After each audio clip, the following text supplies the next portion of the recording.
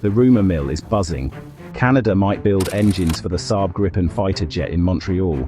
This isn't just about new jets, it's about Canada stepping up on the world stage.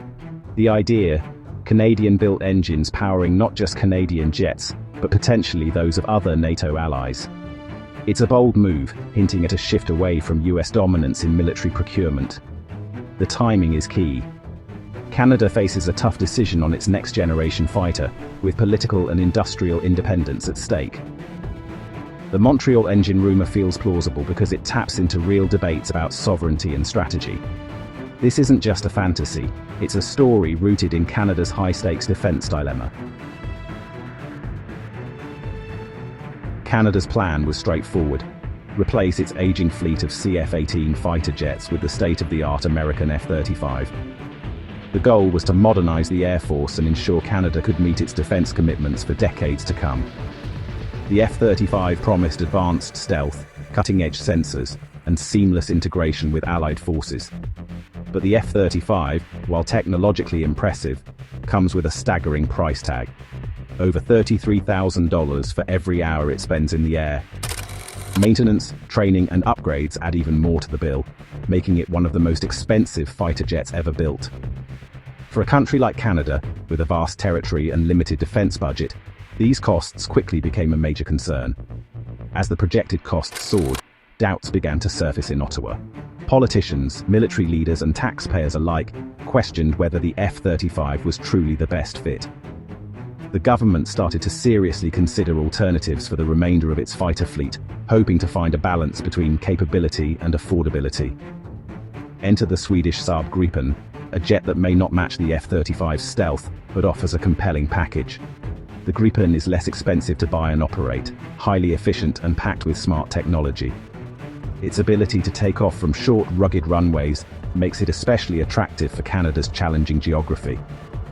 Saab's pitch to Canada goes beyond just selling jets. They propose building the Gripen right here in Canada, creating thousands of high-tech jobs and injecting billions into the local aerospace sector. This approach could help revitalize Canadian manufacturing and foster new expertise. So this decision isn't just about choosing a fighter jet, it's about shaping the future of Canada's economy and strengthening national capabilities. The ripple effects could be felt for generations. The offer to manufacture in Canada is real, and it's fueling speculation about even deeper industrial partnerships. It's a rare opportunity for Canada to become a true player in the global aerospace industry. Now Canada faces a classic dilemma: stick with the expensive, battle-proven F-35, or take a bold chance on the nimble, cost-effective Gripen. Each choice comes with its own risks and rewards, and the decision will shape Canada's Air Force for decades. The stakes are high, not just for national defense, but for the future of Canadian industry, jobs, and technological leadership. The Gripen is Sweden's answer to defending against bigger threats: tough, adaptable, and able to operate from short stretches of road. Designed during the Cold War, it was built with the idea that Sweden's Air Force might need to disperse quickly and operate from almost anywhere, even remote highways or forest clearings. This unique approach makes the Gripen a true survivor, able to keep flying when others might be grounded. Its tech is top-tier: advanced radar, infrared tracking, and an open architecture system that's easy to upgrade. The cockpit is packed with cutting-edge displays and intuitive controls, giving pilots a clear edge in fast-moving combat. The Gripen's sensors can spot threats at long range, and its electronic warfare suite helps it dodge enemy missiles and jam hostile radars. Think of it as a fighter jet you can update like a smartphone. New software and hardware can be added quickly, so the Gripen stays ahead of evolving threats without costly overhauls. This flexibility means it can adapt to new missions and technologies as they emerge. The Gripen E, Canada's potential pick, boasts Super Cruise and the Meteor missile, one of the world's best air-to-air weapons. Super Cruise lets it fly at supersonic speeds without using fuel-guzzling afterburners, while the Meteor gives it a huge reach in aerial combat, outclassing many rivals. Its real edge? Cost. At under $6,000 per flight hour, it's dramatically cheaper to operate than the F-35. That means more jets in the air, more missions flown, and less strain on defense budgets, without sacrificing performance or reliability. That means more flying, more training, and a more sustainable Air Force. Pilots get more hours in the cockpit, and the Air Force can keep its skills sharp, all while keeping costs under control. For Canada, the Gripen offers advanced capability without breaking the bank. It's a fighter that fits Canada's needs, high-tech, reliable and affordable, with the flexibility to handle everything from Arctic patrols to NATO missions. It's a compelling alternative for a country with vast territory and tight budgets, promising to keep Canadian skies safe while supporting local industry and jobs. Here's where the rumor takes off. Could Rolls-Royce's Montreal plant build Gripen engines? The facility is world-class, and Saab's offer to build airframes in Canada is real. But engine production? That's speculation. No official deal exists.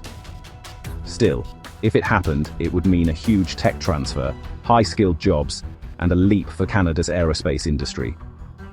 It would also give NATO a non-US supply chain for a critical component.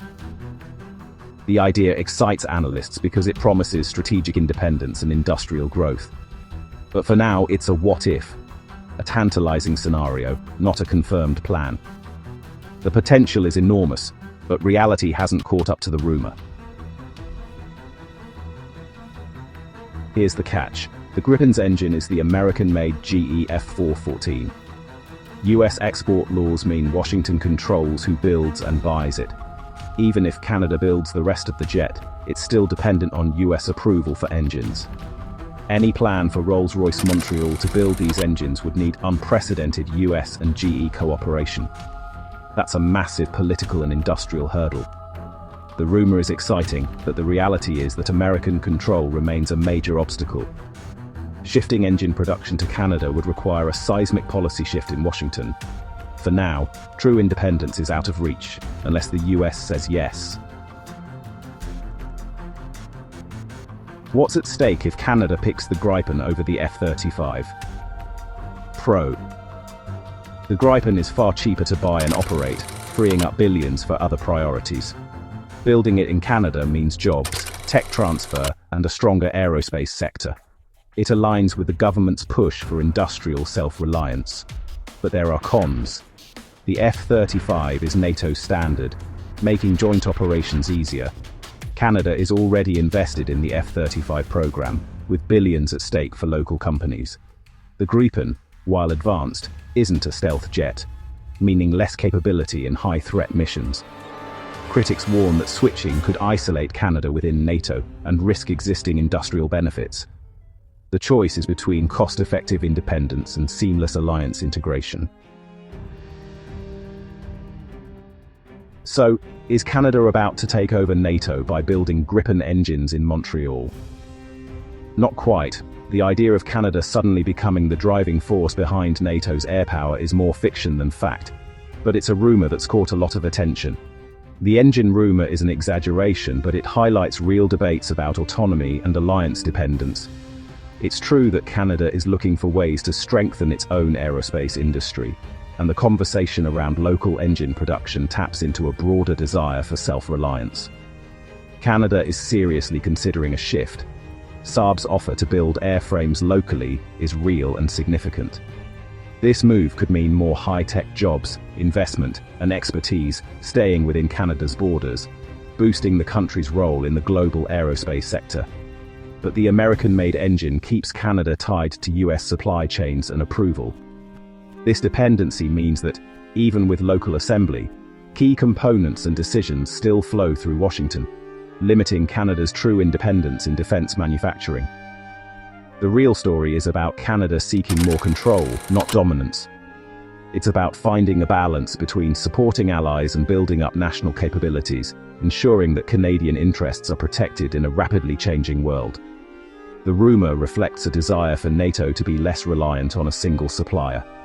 Many member nations are rethinking how much they depend on one country for critical military technology, and Canada's debate is part of this larger conversation. Canada stands at a crossroads. Follow the alliance with the F-35, which offers proven capabilities and deep integration with NATO partners. or carve a new path with the Gripen, emphasizing local industry and a measure of independence from US oversight. Each option comes with its own risks and rewards. Whatever the decision, it will shape Canada's defense, industry, and alliances for decades, impacting not just military strength, but also jobs, technology, and the country's place on the world stage.